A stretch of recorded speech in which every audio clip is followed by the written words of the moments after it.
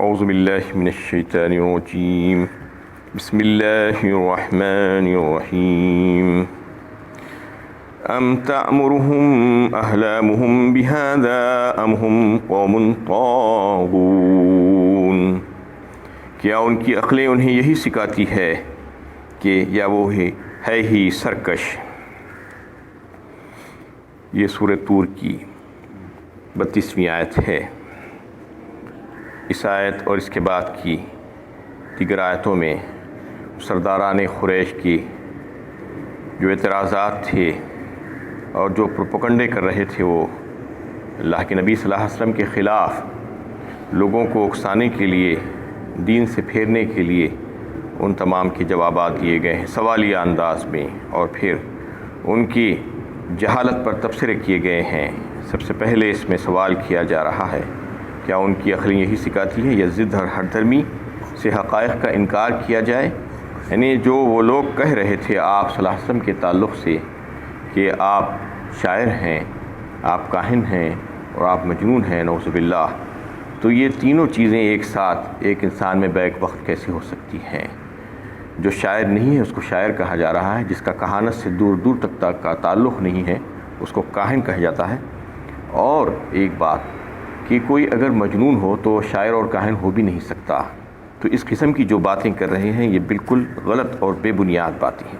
ام یقولون تقولہ بل لا یؤمنون، کیا وہ کہتے ہیں کہ اس شخص نے قرآن خود گھڑ لیا ہے؟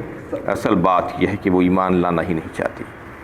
اس قرآن کو وہ اللہ تعالیٰ کا کلام ماننے کے لیے تیار تھے ہی نہیں۔ وہ یہ کہتے تھے کہ یہ محمد صلی اللہ علیہ وسلم کا تصنیف کردہ کلام ہے۔ اس میں اللہ تعالیٰ ان سے سوال کر رہے ہیں کہ اس کو جو لوگ ایسا کہہ رہے ہیں ان کا دل بھی اس بات کو مانتا ہے کہ یہ اللہ ہی کا کلام ہے، کسی انسان کا کلام نہیں ہے، محمد صلی اللہ علیہ وسلم کا کلام نہیں ہے۔ جو اہل زبان ہیں وہ بھی جب سنتے ہیں تو صاف صاف ان کے دل میں یہ بات واضح ہو جاتی ہے کہ واقعی میں یہ اس پائے کا جو کلام ہے یہ انتہائی اعلیٰ و عرفہ کلام ہے جو انسانی کلام نہیں ہو سکتا۔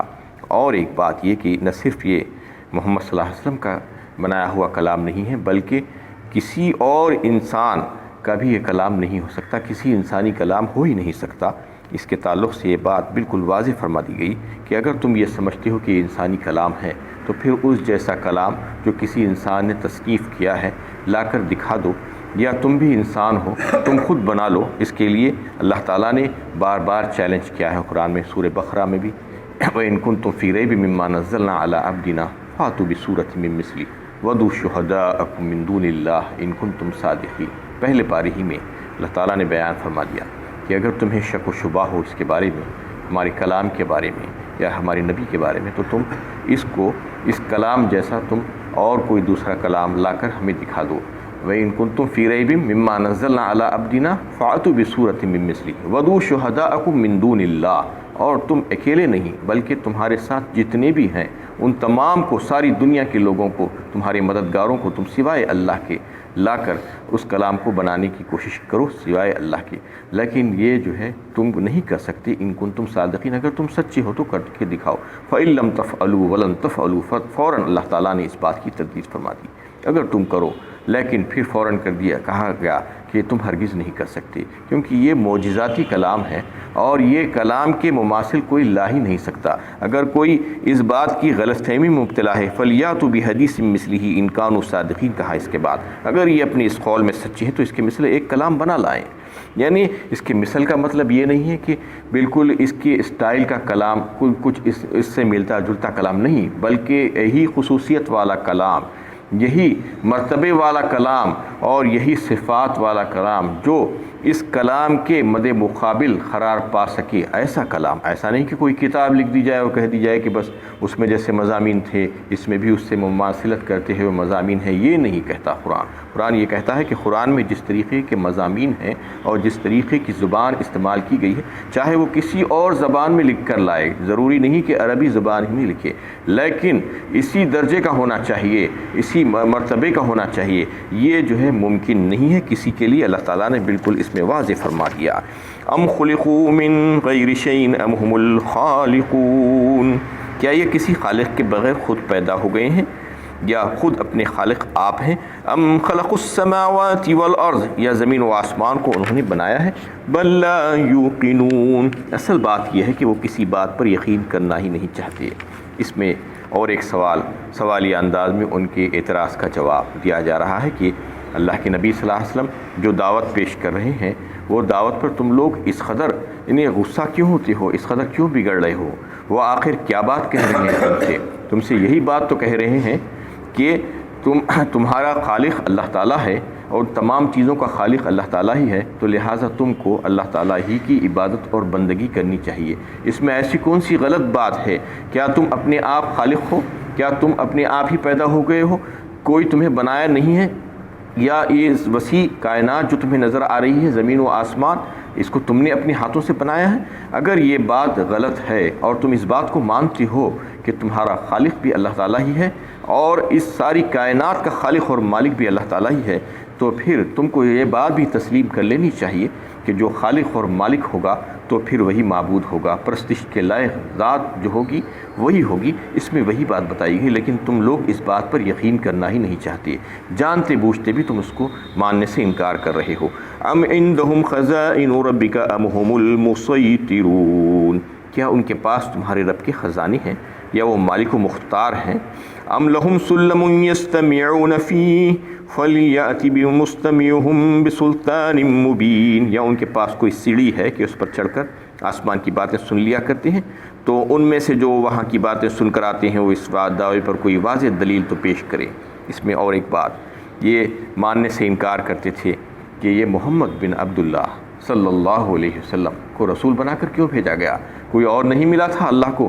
تو یہ پوچھ رہے ہیں، تو اللہ تعالیٰ فرماتے ہیں اللہ عالم حیث یجعل رسالتہ، سورہ انعام 8ویں پارے میں اللہ تعالیٰ بہت بہتر جانتے ہیں، بہت خوب جانتے ہیں کہ ان کو ان کی رسالت کہاں پر رکھنی چاہیے، کون اس کے لیے موضوع اور مستحق ہے، اسی کو جو ہے یہ مقام اور مرتبہ دیا جاتا ہے۔ اور ایک بات کہ کیا تم اس بات کو یہ سمجھتے ہو کہ تمہیں یہ فیصلہ کرنے کا اختیار دے دیا گیا ہے؟ یہ کام کا فیصلہ کرنے کا اختیار سوائے اللہ کے کسی اور کے پاس نہیں ہے۔ اور پھر تم اگر جو ہے اللہ کے بنائے ہوئے رسول کو نہیں ماننا چاہتے، اس کا انکار کرتے ہو، تو پھر تمہارے پاس حقیقت کو جاننے کے لیے اور کون سا ذریعہ ہے؟ کیا تم عالم بالا پر چلے گئے ہو؟ آسمان پر سیڑھی لگا کر تم چڑھ کر وہاں سے راست اللہ تعالیٰ سے اور ان کے فرشتوں سے بات چیت کر کے میں نے یہ واضح جو ہے بات لے کر آ گئے ہو کہ ہم کو معلوم ہے اس کے بارے میں کہ کون نبی ہونا چاہیے اور ہمارے جو ہے عمل کیسے ہونا چاہیے، ہمارے عقیدے کیسے ہونے چاہیے؟ کیا یہ تمہیں اطلاعات ہے؟ کیا تم براہ راست جا کر معلوم کر کے آئے ہو؟ ایسا نہیں ہے۔ اس میں ان کا انکار کیا گیا کہ تم یہ جو باتیں کہہ رہے ہو یہ غلط باتیں ہیں۔ ام لہ البنات ولکم البنون، کیا اللہ تعالیٰ کے لیے بیٹیاں ہیں اور تمہارے لیے بیٹے؟ ام تسألہم اجرا فہم من مغرم مثقلون، اے نبی صلی اللہ علیہ وسلم، کیا آپ ان سے اپنی تبلیغی سرگرمیوں کا کوئی معاوضہ مانگ رہے ہیں کہ وہ اس تاوان کے بوجھ تلے دبے جا رہے ہیں؟ اور ایک سوال، انہیں آپ صلی اللہ علیہ وسلم کی جو دعوت تھی اس کو حق ثابت کرنے کے لیے بتایا جا رہا ہے کہ آپ صلی اللہ علیہ وسلم تو وہ لوگوں کو بلا معاوضہ دعوت کر رہے ہیں اور تبلیغ کا کام کر رہے ہیں اور اپنی جان کھپا رہے ہیں، اپنا وقت لگا رہے ہیں، ان سے کچھ بھی نہیں مانگ رہے ہیں اس سلسلے میں۔ یہ خود اس بات کا ثبوت ہے کہ یہ حق ہے، ورنہ دنیا کے ہر حصے میں آپ دیکھیے کہ جو پیشوا قسم کے لوگ ہیں اور جو جھوٹی موٹی باتیں کر کے جو بناوٹی قسم کے جو لوگ ہیں اور جو انہیں مجاور ہیں، جو درگاہوں پر بیٹھے ہوئے ہیں، جو آستانوں پر بیٹھے ہوئے ہیں، اور جو پنڈت اور پروہت قسم کے جو لوگ ہیں اور جو مشرکین کے پیشوا ہیں، یہ سب کے سب کیا کر رہے ہیں؟ یہ کاروبار کر رہے ہیں، تجارت کر رہے ہیں۔ یہ کس کا؟ مذہب کا، مذہبی کاروبار میں لگے ہوئے ہیں۔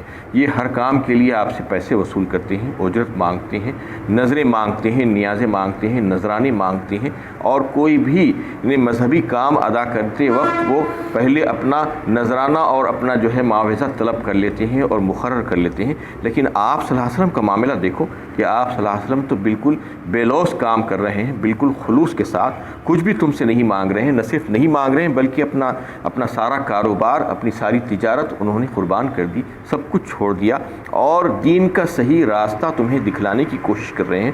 اس کے باوجود بھی تم ان کی بات کو نہیں نہیں ماننا چاہتے. ام عندهم الغیب فہم یکتبون، یا ان کے پاس غیب کا علم ہے کہ اس کی بنا پر یہ لکھ رہے ہوں. یعنی اللہ کے رسول تمہارے سامنے جو حقائق پیش کر رہے ہیں انہیں جھٹلانے کے لیے تمہارے پاس وہ کون سا علم ہے جسے تم اپنے دعوے کے ساتھ پیش کر سکو. پھر سے اللہ تعالیٰ اور ایک سوال کر رہے ہیں کہ اگر تم اس کو جھٹلا رہے ہو، جو حقائق تمہارے سامنے اللہ کے نبی صلی اللہ علیہ وسلم پیش کر رہے ہیں، تو پھر کون سے علم کی بنا پر تم ایسا کر رہے ہو؟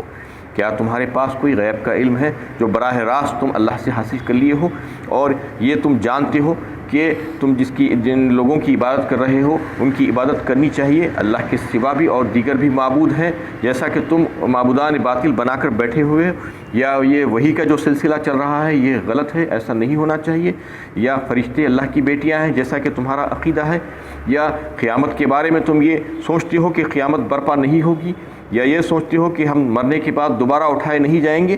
کیا یہ ان تمام باتوں کے جوابات تم اللہ کے پاس سے براہ راست لے کر آ گئے ہو، یا تم جھانک کر دیکھ لیا ہے تم نے کہ علم الغیب، غیب کے بارے میں، غیب کے پردے کے پیچھے ایسا کیا بات ہے جو تم اس بات کا انکار کر رہے ہو؟ ام یریدون کیدا فالذین کفروا هم المکیدون، کیا یہ کوئی چال چلنا چاہتے ہیں آپ کو قید یا قتل یا شہر بدر کیا جائے؟ فالذین کفروا هم المکیدون، اگر یہ بات ہے تو یہ کافر خود ہی اپنے دام فریب میں آ جائیں گے. اور پھر ایک سوال اور ایک کیا گیا، کیا یہ کوئی چال چلنا چاہتے ہیں یا کوئی جو ہے ساز باز کرنا چاہتے ہیں، کوئی سازش کرنا چاہتے ہیں آپ کے خلاف؟ تو سمجھ لینا چاہیے ان کو کہ جو بھی چالیں کرنے کی کوشش کریں گے وہ تمام چالیں ان کے اوپر پلٹ دی جائے گی اور ان کو اس کا نقصان ہوگا، اور یہ دعوت کو ناکام نہیں بنا سکتے کسی طریقے سے بھی. اور یہ کب کہا گیا تھا؟ مکی دور کے بالکل شروع کے دنوں میں، جو جب اس وقت یہ اگر دیکھا جائے تو نبی صلی اللہ علیہ وسلم کے ساتھ دینے والے جو لوگ تھے وہ بالکل کمزور قسم کے مسلمان، بے سر و سامان. اور اس وقت جب یہ پیشن گوئی کی جا رہی ہے، جب کہ ساری قوم آپ کے پیچھے پڑی ہوئی ہے آپ کی مخالفت میں، اور یہ نظر آ رہا ہے، ایسا دکھ رہا ہے کہ یہ لوگ آپ کو ختم کر ڈالیں گے، لیکن اللہ تعالیٰ اس وقت کی پیشن گوئی فرما رہے ہیں کہ ان کی چالیں ساری کی ساری ناکام ہو جائیں گی، ان کی جو کفر کی بساط ہے وہ الٹ دی جائے گی اور وہ ناکام اور نامراد ہو جائیں گے. فالذین کفروا هم المکیدون، وہ جو قید کر رہے ہیں اور جو چالیں جو چل رہے ہیں، جو فریب دھوکہ دینے کی جو حرکتیں کر رہے ہیں، وہ سب کے سب اس میں ناکام ہو جائیں گے. ام لہم الہ غیر اللہ سبحان اللہ اما یشرکون، کیا اللہ تعالیٰ کے سوا ان کو کوئی معبود ہے؟ اللہ تعالیٰ پاک ہے اس شرک سے جو لوگ کر رہے ہیں. وَإِن يَرَوْا كِسَفًا مِّنَ السَّمَاءِ سَاقِطًا يَقُولُوا سَحَابٌ مَّرْكُومٌ، اور اگر یہ آسمان سے عذاب کا کوئی ٹکڑا گرتا ہوا دیکھیں تو کہیں گے کہ یہ تہ پتہ جمع ہوا بادل ہے. یہ لوگ سدھرنے والے نہیں ہیں، اللہ تعالیٰ فرما رہے ہیں. یہ لوگ اتنے ضدی اور ہٹ دھرم ہیں کہ ان کو کوئی بھی معجزہ دکھا دیجیے آپ، یا حتیٰ کہ ان کے اوپر عذاب کی شکل میں آسمان سے کوئی ٹکڑا بھی نظر آ جائے گا تو بھی یہ کہیں گے کہ یہ بادل ہے جو جمع ہوا ہے، جو ہمارے طرف آ رہا ہے. یہ لوگ انہیں طے کر کے بیٹھے ہیں، یہ کہ طے کر کے بیٹھ گئے ہیں کہ ہم ایمان نہیں لائیں گے اور ہم اپنے اسی باطل عقیدے پر قائم رہیں گے. فَذَرْهُمْ حَتَّى يُلَاقُوا يَوْمَهُمُ الَّذِي فِيهِ يُسْعَقُونَ، پس آپ انہیں ان کے حال پر چھوڑ دیجئے تاکہ وہ اس مقررہ دن کو پہنچ جائیں جس میں ان کے ہوش اڑ جائیں گے. یعنی وہ وقت آ جانے دیجئے جس وقت ان کو معلوم ہو جائے گا کہ وہ کیا کر کے آئے ہیں، مارے خوف کہ ان کا حال برا ہوگا اس وقت. یوم لا یغنی عنہم کیدہم شیئا ولا ہم ینصرون، اس دن ان کی تدبیریں ان کے کچھ کام نہ آئیں گی اور نہ کہیں سے انہیں مدد ملے گی. وَإِنَّ لِلَّذِينَ ظَلَمُوا عَذَابًا دُونَ ذَلِكَ وَلَكِنَّ أَكْثَرَهُمْ لَا يَعْلَمُونَ، اور اس وقت کے آنے سے پہلے ان ظالموں کے لیے اور بھی عذاب ہے مگر ان میں سے اکثر نہیں جانتے. اس میں اللہ تعالیٰ نبی صلی اللہ علیہ وسلم کی تسلی فرما رہے ہیں کہ ان کو ان کے حال پر چھوڑ دیجیے، وہ جو چاہیں کرتے پھریں، آپ کا جو تبلیغ کا کام جاری رکھیے، جو اللہ تعالیٰ کا جو پیغام کو پہنچانے کا کام ہے اس پر جمے رہیے صبر و استقلال کے ساتھ. اور وہ لوگ جو اس قسم کی حماقتیں کر رہے ہیں، جو چالیں چل رہے ہیں، ان پر بڑا عذاب تو آنے والا ہی ہے اس کی وجہ سے. اس سے پہلے ہم دنیا میں بھی ایسے لوگوں کو سزا دیتے ہیں. جو سرکش قسم کے جو لوگ ہوتے ہیں ان کو سرکشی سے باز آ جانے کے لیے موقع اور مہلت عطا فرماتے ہیں دنیا میں. وَلَنُذِيقَنَّهُم مِّنَ الْعَذَابِ الْأَدْنَىٰ دُونَ الْعَذَابِ الْأَكْبَرِ لَعَلَّهُمْ يَرْجِعُونَ، فرمایا سورہ الف لام میم سجدہ 21ویں پارے میں اللہ تعالیٰ نے کہ ہم مزہ چکاتے ہیں یہاں پر بھی دنیا میں تھوڑا سا تاکہ وہ رجوع ہو جائیں، پھر سے پلٹ کر آ جائیں، اپنی اصلاح کر لیں۔ یہ موقع عطا فرماتے ہیں اللہ تعالیٰ، اور اس بات کو بھی ظاہر کرنے کے لیے کہ تمہارے اوپر ایک ایسی ہستی کار فرما ہے جو تمہیں سزا دے سکتی ہے، جو تمہاری پکڑ سکتی ہے، اور وہی جو ہے تمہارے فیصلے کر رہی ہے تمہارے قسمتوں کے، اور تم میں سے کوئی میں بھی کس میں بھی یہ طاقت نہیں ہے کہ اس کے فیصلوں کو بدل سکیں۔ تم اپنے آپ کو بدل لو اور اپنی اصلاح کر لو، یہ بتانے کے لیے وَاصْبِرْ لِحُكْمِ رَبِّكَ فَإِنَّكَ بِأَعْيُنِنَا وَسَبِّحْ بِحَمْدِ رَبِّكَ حِينَ تَقُومُ۔ اے نبی صلی اللہ علیہ وسلم، آپ اپنے پروردگار کا فیصلہ آنے تک صبر کیجئے، بلا شبہ آپ ہماری حفاظت میں ہیں، اور جب آپ نماز کے لیے کھڑے ہوں تو اپنے رب کی تسبیح کیجئے۔ وَمِنَ اللَّيْلِ فَسَبِّحْهُ وَإِدْبَارَ النُّجُومِ، اور رات اور عشاء میں بھی اس کی تسبیح کیا کیجیے، اور ستاروں کے غروب ہو جانے کے بعد بھی۔ یہ سب سے آخری آیت ہے سورۃ طور کی، اس میں اللہ کے نبی صلی اللہ علیہ وسلم کو صبر کا حکم دیا گیا ہے، اور ان سے کہا گیا ہے کہ آپ اپنا کام جاری رکھیے۔ وہ لوگ آپ کی بات نہیں مان رہے ہیں تو نہ مانیں، فیصلہ آنے دیجیے جب تک کہ آپ نے استقلال کے ساتھ جو کام آپ کو دیا گیا ہے، جو ذمہ داری آپ کے اوپر ڈالی گئی ہے، اس ذمہ داری کو نبھاتے رہیے، اور اللہ کی تسبیح بیان کرتے رہیے، اور اللہ کی پاکی بیان کرتے رہیے صبح اور شام۔ اس میں جو ہے تسبیح کا بھی بیان ہے، اور اس میں نمازوں کا بھی بیان ہے۔ وَمِنَ اللَّيْلِ فرمایا، حین تقوم سے مراد بعض مفسرین یہ لیے ہیں کہ اٹھنے کے بعد مطلب خیل اللہ کر کے اٹھنے کے بعد ظہر کی نماز جو ہوتی ہے۔ وَمِنَ اللَّيْلِ فَسَبِّحْهُ، اور رات کی نمازوں کے تعلق سے جو بات بتائی گئی ہے وہ یہ ہے کہ مغرب اور عشاء کی نماز اور تہجد کی نماز، وَإِدْبَارَ النُّجُومِ، اور ستارے کے ڈوبنے کے بعد، اور صبح فجر کی نماز، یہ تمام نمازوں کا اس میں تذکرہ کیا گیا ہے۔ یعنی اللہ تعالیٰ کا ہر عیب اور نقص سے پاک اور بلند ہونا اور برتر ہونا اور ساری تعریفوں کے لائق ہونا اس میں بتایا گیا ہے۔ وہ بلا شرکت غیر کائنات کا فرمان روا ہے، اور یہ ذہن میں رکھتے ہوئے اللہ تعالیٰ کی تسبیح بیان کی جانی چاہیے۔ وآخر دعوانا ان الحمد للہ